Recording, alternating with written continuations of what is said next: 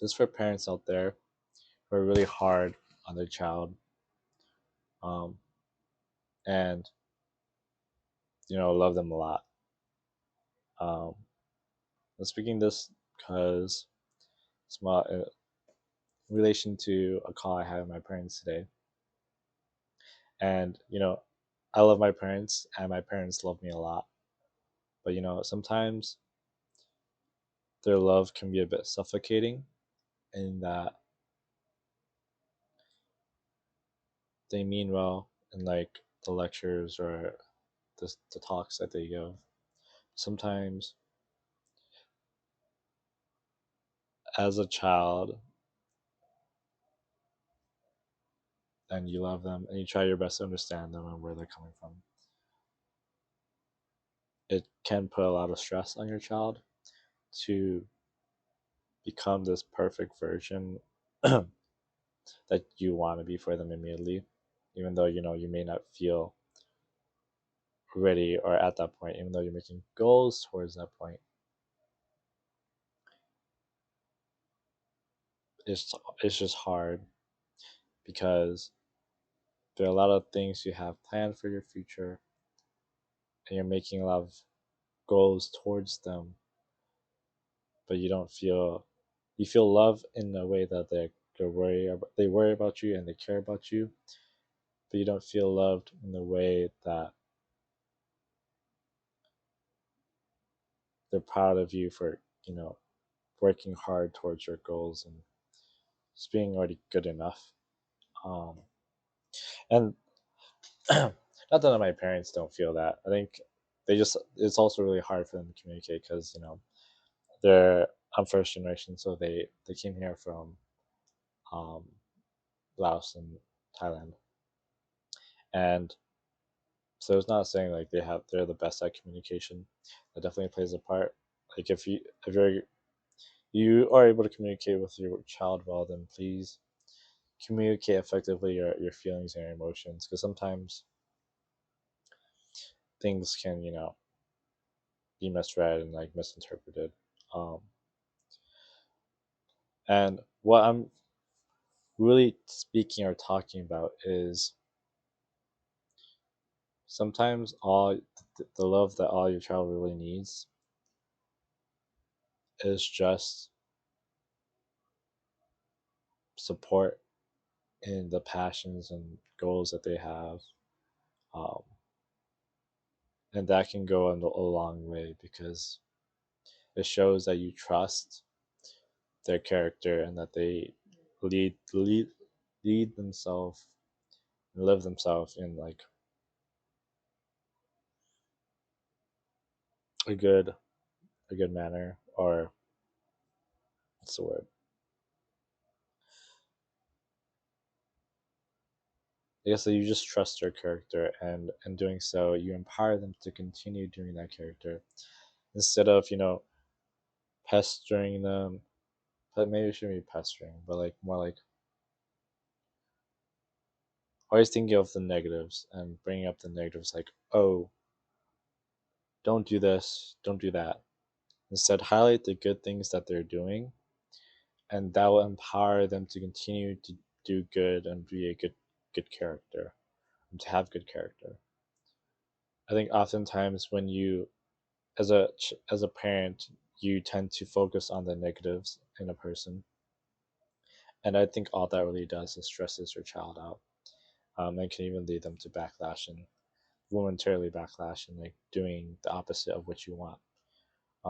Giving, I think when I'm now just thinking of it, of reading Never Split the Difference, but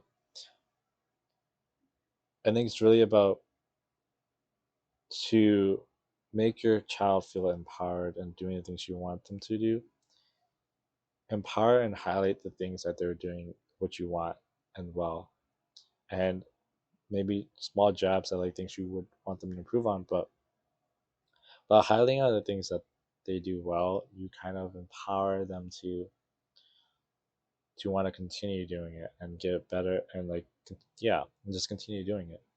Um, but by always like pointing out the negatives, that doesn't really help your child build that self confidence that they need. Um, And I love my parents, and I know everything they say comes um, with good intentions and good meaning, and they always want what's best for me. But I think sometimes it's important on um, the message and how it comes off. Um, and I think um, because there was a small argument that I had. It wasn't really a big. I mean, I apologized to them afterwards and kind of led it back to a good conversation, which I think is always something you should do. When you realize when you get to a point where there's an argument, you should always try your best to come back and re especially as your parent and you're talking to a child who's like a teenager or young adult like me. Um, take a step back and then come back to your conversation, apologize, and then restate what you want to say, but also make sure the other person's being heard.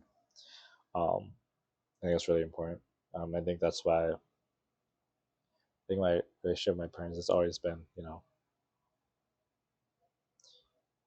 at least pretty good.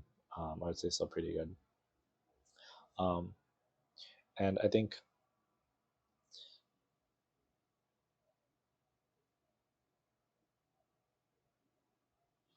this is really important because I mean I don't see my parents a lot because I moved away, and maybe that also plays in a factor.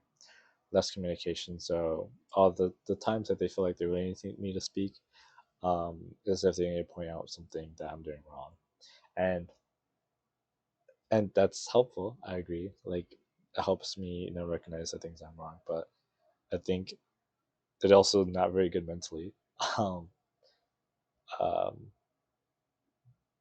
because you would want to be, and they do. I mean, they do reach out. My mom reaches out a lot, and I love her for it. And just tells me how I'm doing, and I appreciate those moments.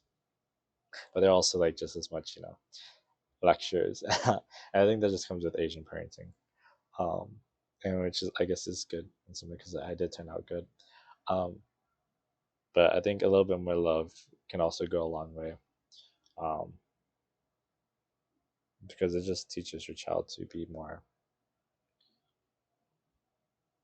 to love more, and have more confidence in their day. Because right now, even though that conversation didn't end horrible, I still feel really bad. I was decently happy today. I was gonna get a lot of work done after work, but I mean, not to say I am perfect. I handled that perfectly. I think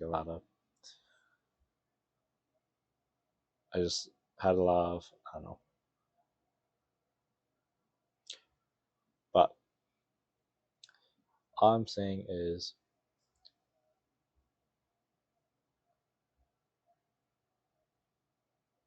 an argument as a parent, if you want your child to do something, do it in a way that they feel like they have some control. Um, and by doing that is highlighting the good parts in their life that they're doing well in. So you can empower them and encourage them and make them actually feel good. And at the end of the conversation, they want to continue doing what they're doing good.